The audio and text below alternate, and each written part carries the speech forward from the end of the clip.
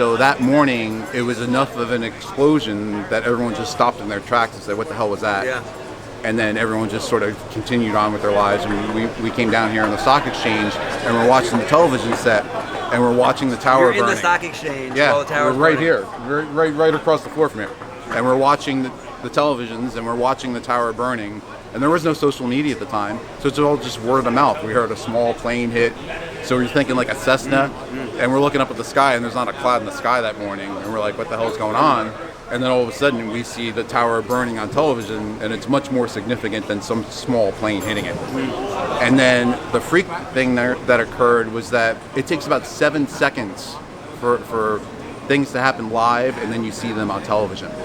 So we're watching the first tower burning, and all of a sudden the entire stock exchange shakes like an earthquake hit.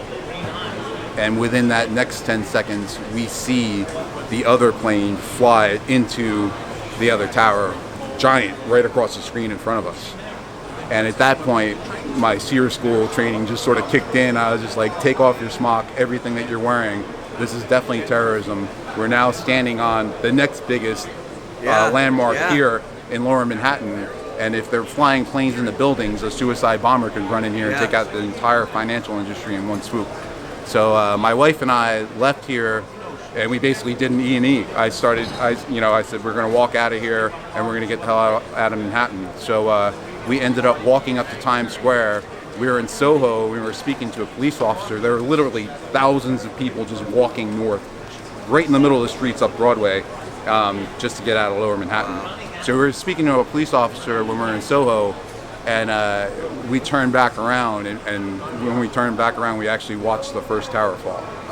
So from there, we made it to Times Square, and by word of mouth, we heard that people were getting on boats to get out of the city.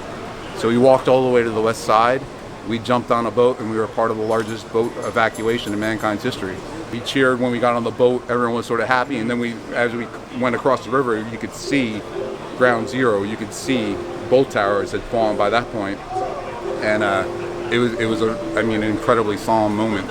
We ended up walking down to our car in Hoboken from Jersey City. It took us 6 hours to get home that day. It normally takes 45 minutes. It was the following Thursday. We all came back to work. And when we came back to work, Thursday, you're back at work. Yeah, so we were the only thing really in Lower Manhattan that was open. And when we came out of the subway terminal basically had barricades that went right from the mouth of it all the way down the blocks, right to the front door of the New York Stock Exchange.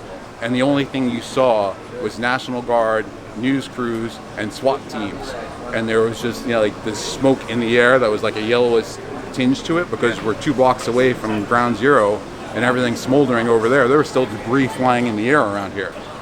And but everyone came in that day, and it was incredible because everyone came back to work. Yeah, really? Everyone came back to work that Thursday, and everyone was still scared for their lives. Yeah. They didn't know what was going to happen next. Why right? come back? Why show up?